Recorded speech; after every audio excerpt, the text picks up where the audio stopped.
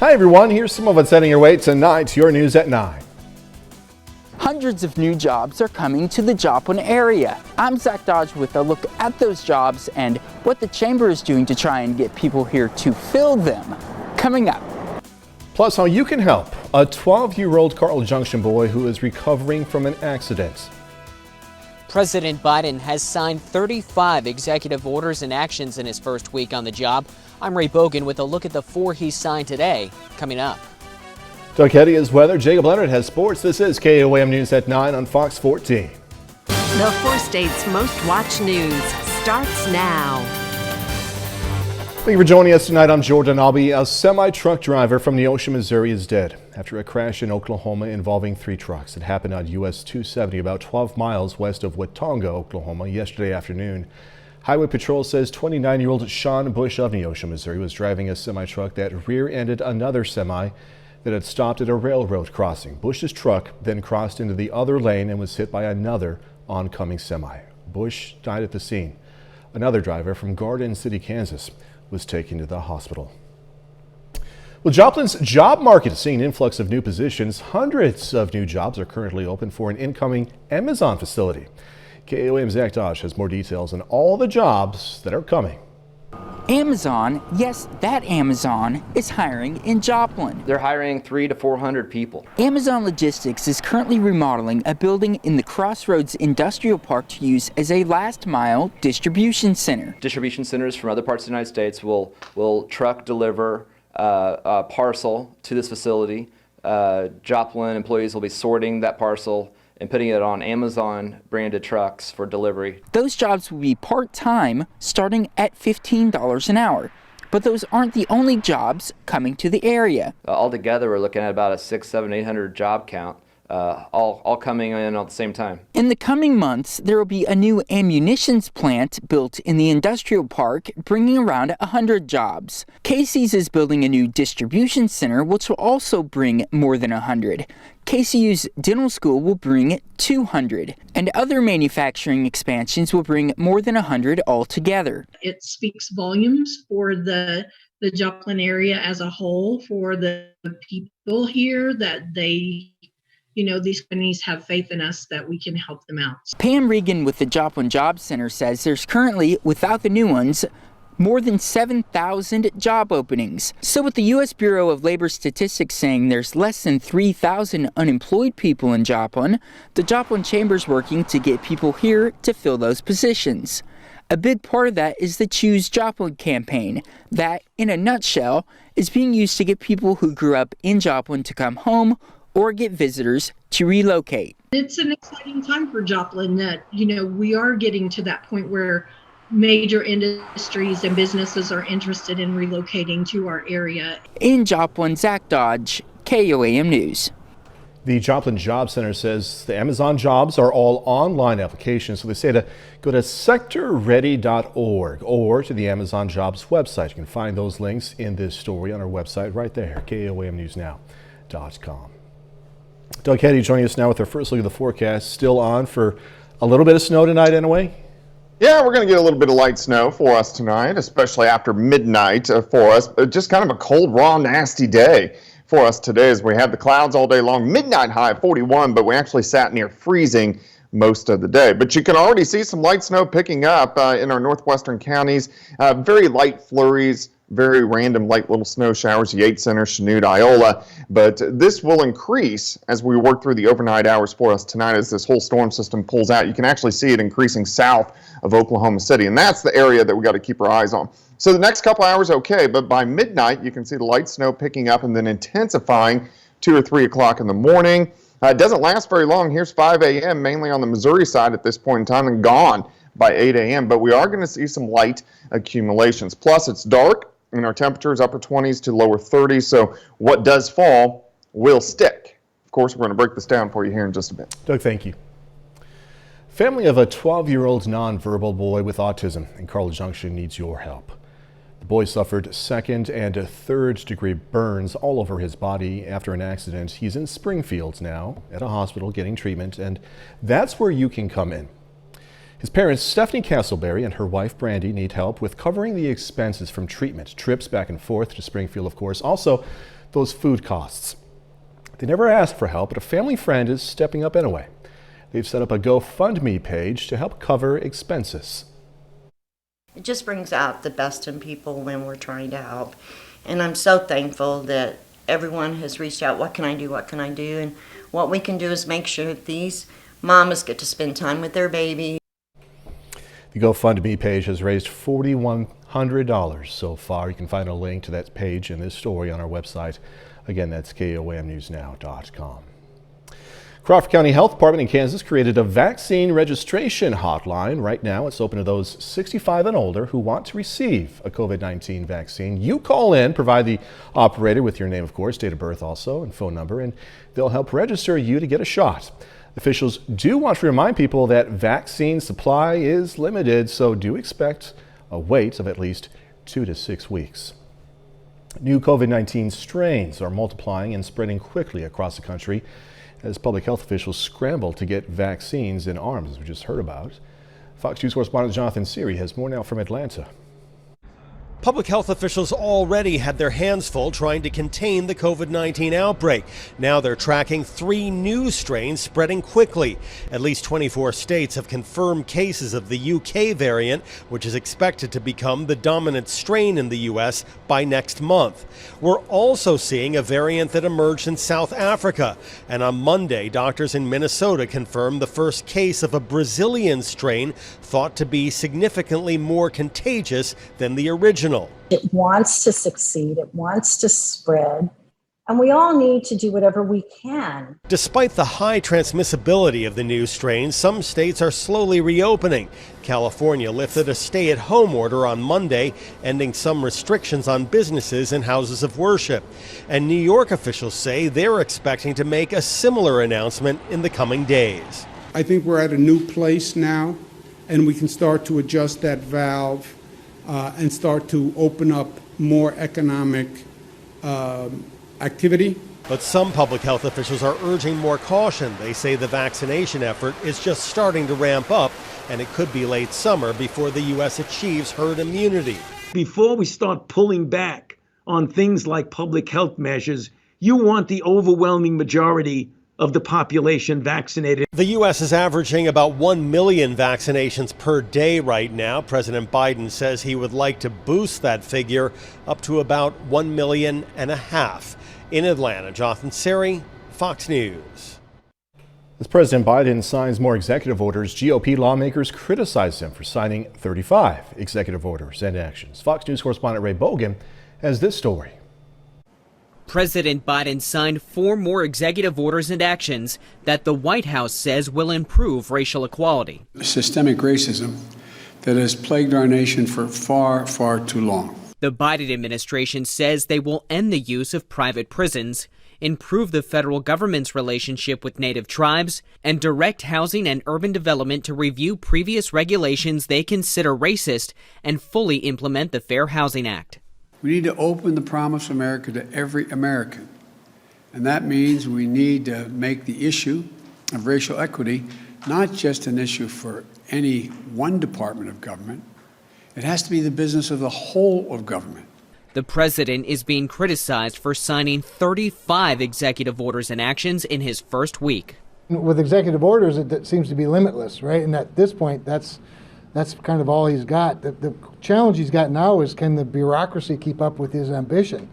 So, things like 1.5 million vaccines a day, for example. I don't know. I wish him well. I sure hope it, I'd love to see that happen. On Capitol Hill, Democrats are trying to move forward with President Biden's coronavirus legislation. Senate Democrats are making plans to pass parts of a $1.9 trillion proposal without Republican support. We are united in that we need big, bold change in America. But some lawmakers from both parties are pushing for a targeted bill to be passed immediately to fund vaccines and provide financial assistance to Americans. Congresswoman Stephanie Murphy tweeted, "We can't fight the pandemic at the pace of politics." Democrats are also looking to increase the federal minimum wage to $15 an hour, either as a standalone item or as part of a coronavirus relief package. Ray Bogan, Fox News. Also today in D.C., the Senate confirmed Anthony Blinken as Biden's Secretary of State. They also confirmed Janet Yellen as the first female Treasury Secretary. KOAM News at 9. Fox 14 takes this time now to honor one of our 4 state heroes. Joshua Bergen has served in the U.S. Army. Native of Carthage, Missouri, Bergen has been stationed in Iraq, earning several awards. We are proud to thank Specialist Joshua Bergen. He's tonight's 4 state hero. Doug Henny's up next with a complete look at the forecast, plus Pittsburgh High School hitting the mat for its first home duel of the year. Gonna have highlights in sports.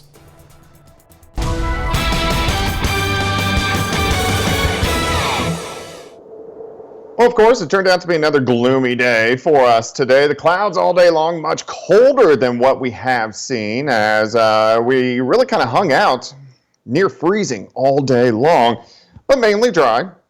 Good time lapse. Indigo Sky Casino and Resort, of course, just outside of Seneca, Missouri. It is cold now. We're 27 in Yates Center, 28 in Pittsburgh, Carthage 31, a hair warmer in Miami at 34, 33 in Anderson.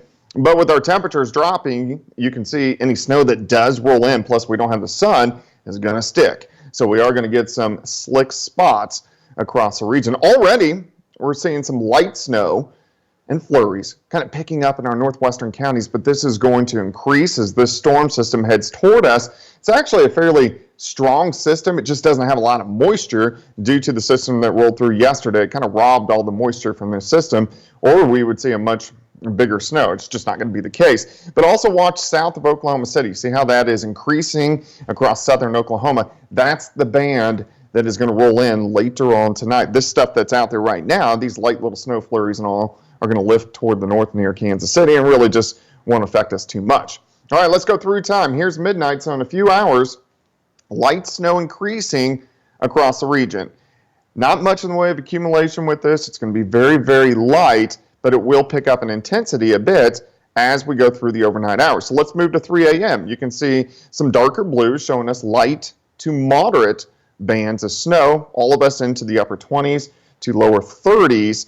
And as quickly as it pushes in and pushes out, here 6 a.m., you can see the back edge now right along 69 highway, still snowing pretty good in southwestern parts of Missouri. And then by 7 or 8 o'clock, most of this is out of here. We'll have the clouds around, all the snow moves across central parts of Missouri. But we are going to get some accumulations with this. The lighter amounts are going to be on the Kansas and the Oklahoma side. I think if you live in Kansas or Oklahoma, you're mainly looking at a ½ an inch upwards to an inch. Southwestern Missouri, maybe a little bit more. Once you get into the metro and then points east, probably closer to an inch, maybe an inch and a half in some spots. So that's something we're going to watch as we go through the overnight hours. Once the snow works out of here, we have the clouds during the morning, a little bit of sunshine during the afternoon. It's just going to be cold. 28 to start, 31 by noon, high temp at 33. Tomorrow night, we start to clear out. We drop into lower 20s, plus we're still going to have some snow on the ground. So that's going to allow those temperatures to really drop, but it does get better by Thursday. Any leftover snow, we melt off as we should go into the upper 40s for afternoon highs. So only 33 tomorrow. Back to 49 on Thursday, near 60 on Friday. So a pretty big swing, and then good chances for rain right back in as we work into the beginning of the weekend. You think we're ever going to have the chance to make a snowman the rest of this winter season? We're going to have more snow. It's just really hard pressed to get a bigger snow than about 1 or 2 inches. So you just have to, work at it for a while. It's just how it is. I know. Yeah. All right, okay. See you in a little bit. Thank you. Coming up, the last of impeachment trial preparations. The jurors have been sworn in. All that's left is for the impeachment trial to start. I'm Lauren Blanchard in Washington. Plus, whether or not Republicans believe it's even legal. As senators are sworn in to be jurors, questions swirl on the GOP side about whether the upcoming impeachment trial of a former president is constitutional or not. Fox's Lauren Blanchard has the latest from Washington. The impeachment article has been delivered to the Senate. Now the jurors, all senators, have been sworn in. So help you God.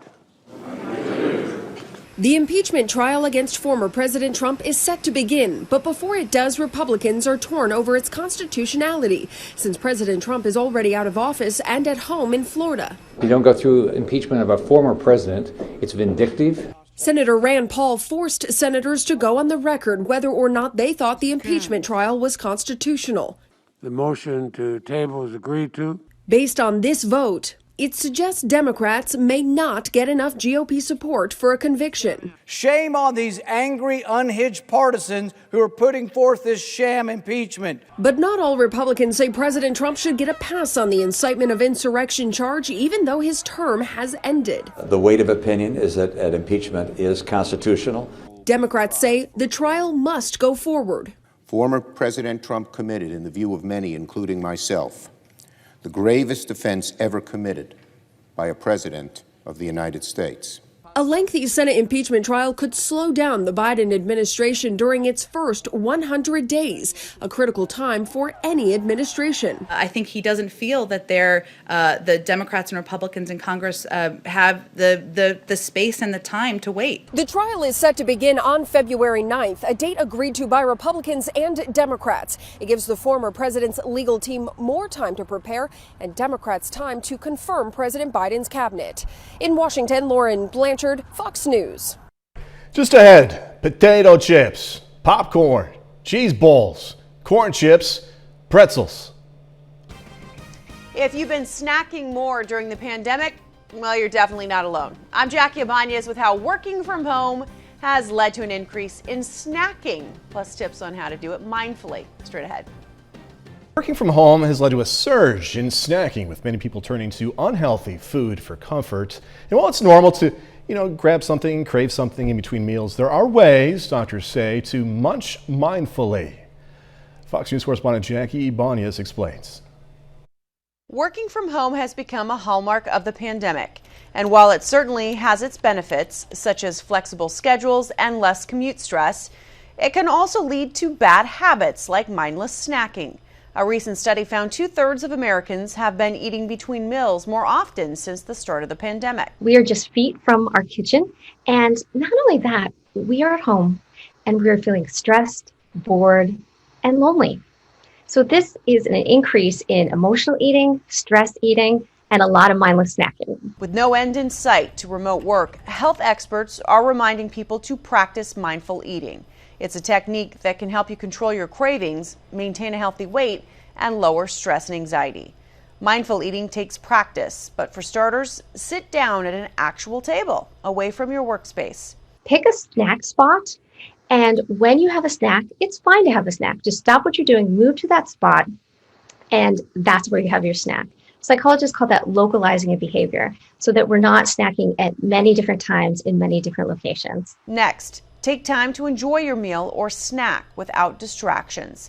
If you eat too fast, your brain may not recognize you're full until you've already eaten too much.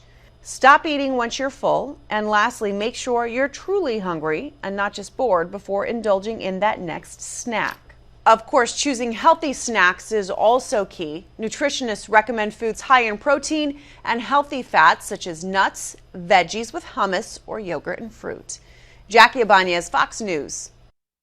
A recent discovery in the ocean might be in a new GoPro commercial. It would be a good idea anyway. Gonna tell you why when we come back.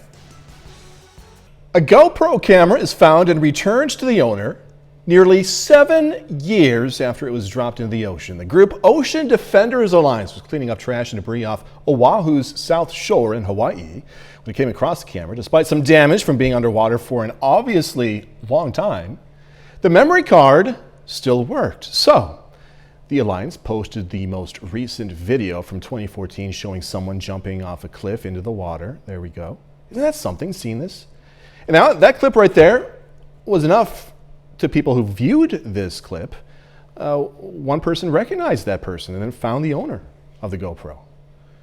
The memory card was returned to that owner. Isn't that a neat story? You look at all the events that happened and everything worked out well. 30 more minutes, news, weather, and sports coming away from a GoPro to this. Details on a proposed bill in Oklahoma, which would establish an annual Bigfoot hunting season. Plus, the unforgettable marriage proposal from this firefighter in southeast Kansas. I was just looking at that behind me. Bigfoot, in case you've never seen Bigfoot before.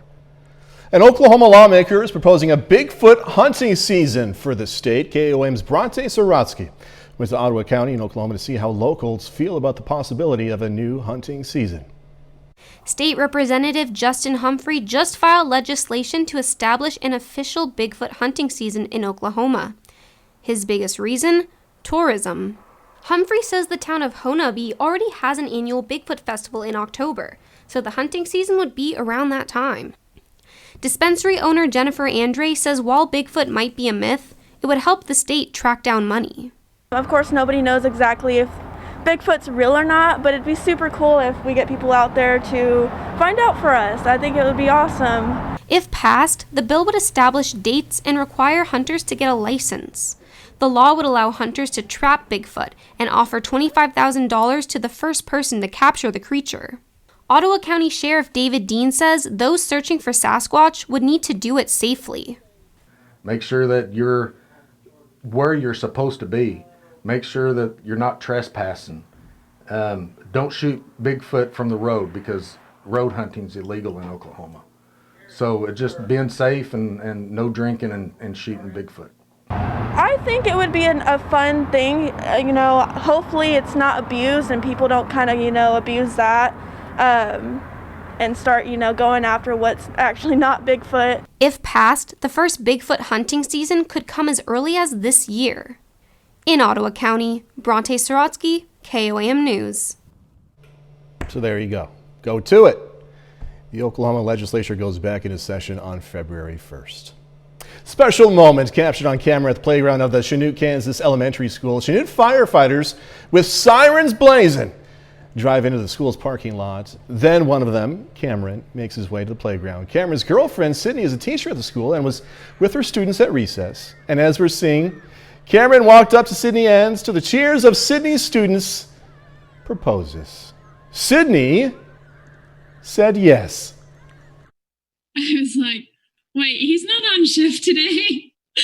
And then I was like, whoa, what's going on? Yeah, I don't know. I was so confused of everything going on. Hey, big congratulations to you guys. And what an awesome idea, Fire crews this week had been working on school's fire system. And Cameron had been working overnight, so the proposal was even more of a surprise to Sydney. She thought the firefighters were working on that system. Well, face masks are a necessity these days in the fight to stop the spread of COVID-19, but there's an unintended problem going on here. The masks are making it harder to identify criminal suspects. Fox's Lisa Evers has this story. Face masks are essential for public health and safety, but an unwanted byproduct of the mask mandate is that they provide cover for criminals and embolden some to act in groups, like a recent attack where a man was left without his clothes and his valuables. In this NYPD Crime Stoppers video, you see one man, then another and another, and soon an entire group converge on a 26-year-old man at the corner of Canal Street and Allen Street. It was broad daylight about 11:30 last Friday morning. The NYPD says there were 12 males and females in on the assault. While masks are helping New York to reduce the spread of COVID-19, an unwanted byproduct is that they're making it more difficult to readily identify criminal suspects. It is going to make it very difficult for law enforcement to apprehend these suspects without actually catching their faces. They're going to need severe cooperation with the public in order to identify these suspects. Wearing a mask is mandatory inside all kinds of businesses. For shop owners and store workers, a masked person walking through the front door makes it tough to tell sometimes who's a potential customer from someone who could cause trouble. It's very hard to differentiate between a good and a bad, but you have to wear it. But sometimes they come to the store, the bad people, but they wear the mask, they do the robbery. No matter how hard they try to cover their faces before committing a crime, the NYPD has other ways to track down those responsible, says former NYPD Assistant Commissioner Robert Gonzalez. What law enforcement usually does is they backtrack. They look at establishments and locations in and around where the incident occurred to see if maybe they took off their mask while they were having a drink, or maybe while they were having something to eat. They even look in the transit system. Professor Gonzalez says eventually they do get caught despite the masks. So while they may feel emboldened, their anonymity won't last for long, especially once one of them starts talking. On the Upper East Side, I'm Lisa Evers, Fox 5 News. A bit later, a look at the unique challenge of making this year's Super Bowl extra safe while still allowing fans.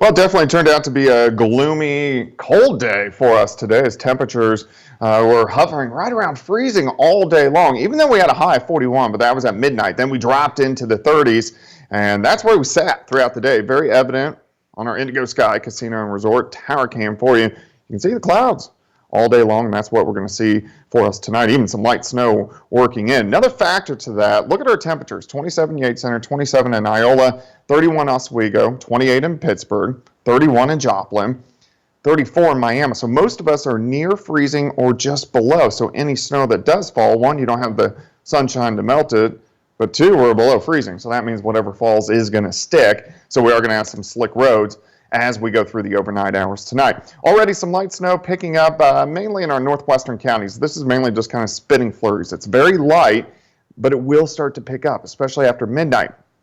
This whole storm system, it's actually a strong system. It just doesn't have much moisture. The system we had last night, or actually I guess 2 nights ago, all those showers and thunderstorms kind of robbed this system of the moisture, but it still has enough that's going to give us some light snow. Look at it blossoming just to the south of Oklahoma City between Oak City and also Dallas. That's the band that is going to roll toward us later on tonight. Outside right now, we just have some light flurries, and that is just about it. So let's go through time. Here's midnight. Watch the light snow starting to pick up, starting to get going on the Kansas and the Oklahoma side. Then just kind of really develops by 1, 2 o'clock in the morning. This is still fairly light snow, so anything that's accumulating, it's very low values across the region. It does increase a bit, 3, 4, 5 o'clock in the morning, especially along the I-44 corridor. Let's move to 5 a.m. The heaviest bands of snow starting to shift east. So on the Kansas and the Oklahoma side, you'll start to dry out, but still snowing pretty good in southwestern Missouri. And then by 7 a.m., just some leftover flurries, and we'll continue to have some light flurries and some random little snow showers through the morning. Snowfall amounts, not extreme, but I think most of us, if you live on the Kansas and the Oklahoma side, we're looking at about a ½ an inch, maybe upwards to an inch. I think closer to an inch once you get into southwestern parts of Missouri. Not a big snow, but still enough to cause some slick spots by the morning hours. All this is gone. You can see by tomorrow afternoon, we still have some clouds, but we're going to get a little bit of sunshine, but it's going to stay cold. 28 to start, 31 by noon, high temp at 33 during the afternoon. Clear skies, cold tomorrow night with a little bit of snow on the ground. We're going to drop near 20. So it's going to be a very cold night, but we get southerly winds returning by Thursday. This is going to help our temperatures out as we should go into the upper 40s for afternoon highs. 33 tomorrow, some morning snow showers. 49 on Thursday, 58 by Friday. So we rebound just in 2 days. We're all the way back near 60. Good chances for rain on Saturday. So the first half of the weekend kind of crummy, but Sunday not bad, a little bit cooler. But at least we get a little bit of sunshine. Yeah. As you said, be careful driving tomorrow morning, right? Yeah, it's not going to be a lot of snow, but there's going to be a few slick spots. All right, Doug Heddy, thank you. Coming up in sports, it's rivalry night for Frontenac and Colgan basketball, plus Pittsburgh High School picking up its first home dual win of the season. Sports director Jacob Leonard has details next.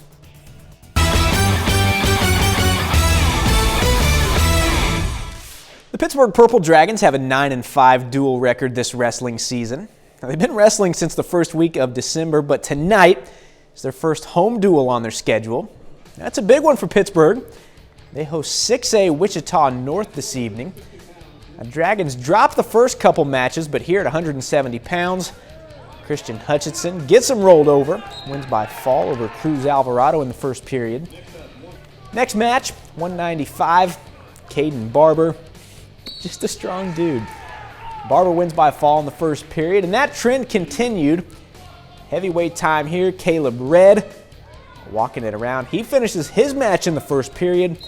Pittsburgh beats Wichita North 54-19. It's the Purple Dragons' 10th dual win of the year. This is our home opener this late in the season. It's good. In wrestling, we don't have as many home meets as we'd like. I'm going to try to change that next year, but definitely feels good to get back at home and have a competition. Our guys are definitely gaining confidence as we're going through the season. As we push towards end of season, postseason stuff, we're moving in the right direction. Tonight is rivalry night for Frontenac and Colgan. Two teams hit the floor for a CNC matchup tonight in Pittsburgh. We're going to start with the girls. Colgan 8-1 overall to start the season, coming off their first loss to Galena over the weekend. The first quarter, Caitlin Crossland pushing down the baseline. Gets a nice little reverse to go. Colgan up 4-2 early. Frontenac responds. Sydney Frankenberry from the wing for 3. Raiders up 1. Into the first here. Pass to Lauren Yagmour. She gets the quick triple. After 1 quarter, it's Panthers up by 1.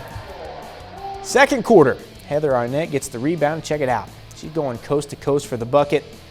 At that point, Raiders down by 2. Later in the quarter, Hattie Pyle works it to the wing. She drops in the 3. She had a game-high 16 on the night. To the third quarter now, dish to Arnett in the corner. She gets the stop and shoot 3. Raiders up by 9. Frontenac would go on to pull away to win this one, 54-41.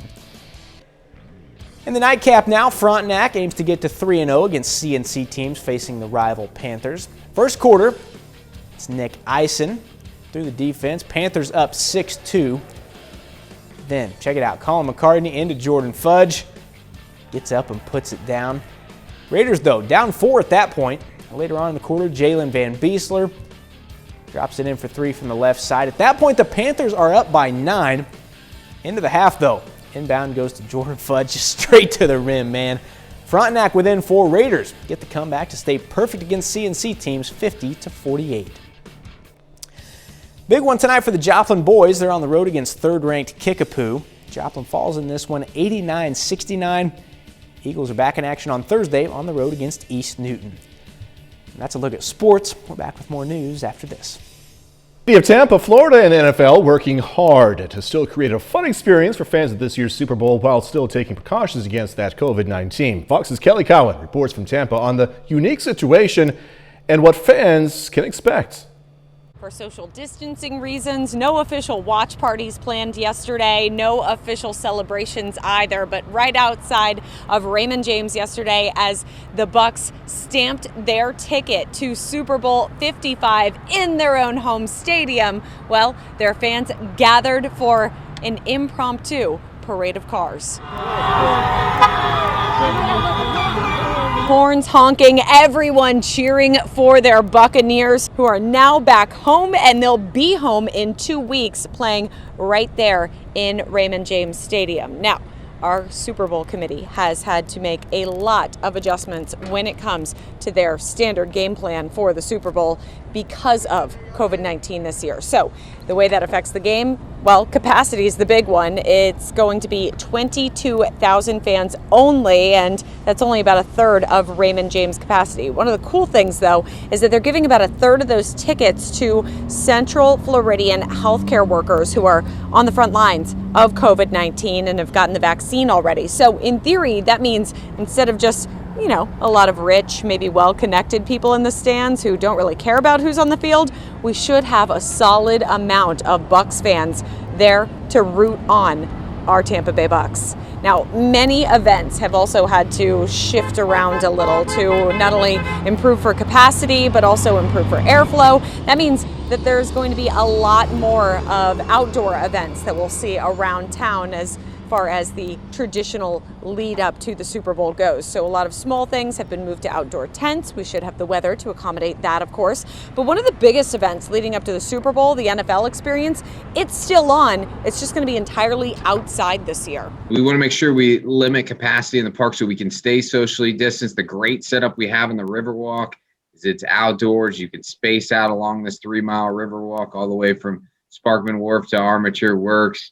And we can keep things really safe and make sure everybody has a great time. Now, this fan and family-friendly event is going to be held along the Riverwalk in downtown Tampa. Football fans, you're going to find plenty of activities, interactive displays, even virtual meet and greets with players in this NFL football theme park that they've been building along a 3-mile stretch along the Riverwalk. It is completely free. You will just have to book your visit ahead of time. To do that, go ahead and download the NFL One Pass. That's an app for your phone that'll not only be your ticket into the event, it'll also allow you to make your reservation to come meet the Lombardi Trophy in person. In Tampa, Kelly Cowan, Fox 13 News. All right, so obviously that was a local package from an affiliate in Florida. You saw all the Tampa Bay Bucs fans at the beginning of the story. Just have to say, that's okay. It's okay. Kansas City Chiefs fans, Kansas City Chiefs team, they're just better. When we come back, we speak with the actress and neuroscientist. I didn't know that. She was a neuroscientist as well. We're going to speak with her about her new series on Fox. Mayim Bialik returns to leading the laughs on her new comedy, Call Me Kat. We spoke to the actress and neuroscientist about the series and a few of her latest projects, including a new DC Comics graphic novel. Here's Fox's Ashley Dvorkin.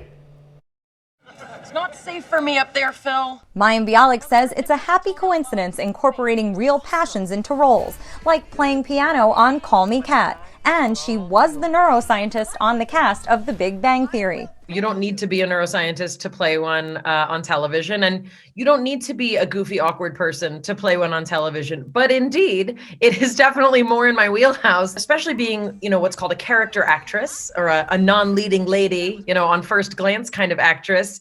It's very special, to be able to bring a lot of eccentricity to these characters. Mayim was on Blossom as a teenager, then left the industry for 12 years pursuing science. I got my undergrad degree in neuroscience and Hebrew and Jewish studies, and then I went on to a doctoral program. I had my first son in grad school and my second son just after getting my doctorate. It's not that I've tried to do everything at the same time, but I definitely think that there's a tremendous amount of merit to not being locked into what others expect of you. She taps into her degree for a just-launched mental health podcast. No matter what side of the political divide you're on, or no matter how you feel about COVID or how you don't feel about it, this has been an incredibly trying year for everyone. My partner, Jonathan, and I, we both, have been wanting to work in a mental health space. And so we started this podcast called Mayim Bialik's Breakdown. And combining entertainment with STEM, she's the editor of DC Comics Flashbacks. There's chapters on virtual reality and climate change and all sorts of things that touch our world and are part of the natural world that we're hoping to encourage young people to, to engage with. Find Mayim Thursdays on Call Me Kat here on Fox. Ashley Dvorkin, Fox News. Good for her. What a hard worker. That's our time for tonight. Thanks so much for joining us. Going to leave you with a video of a lion cub over at the Singapore Wildlife Park. Hey, little guy. All right, be safe. Do this all again tomorrow. Aw. See you then.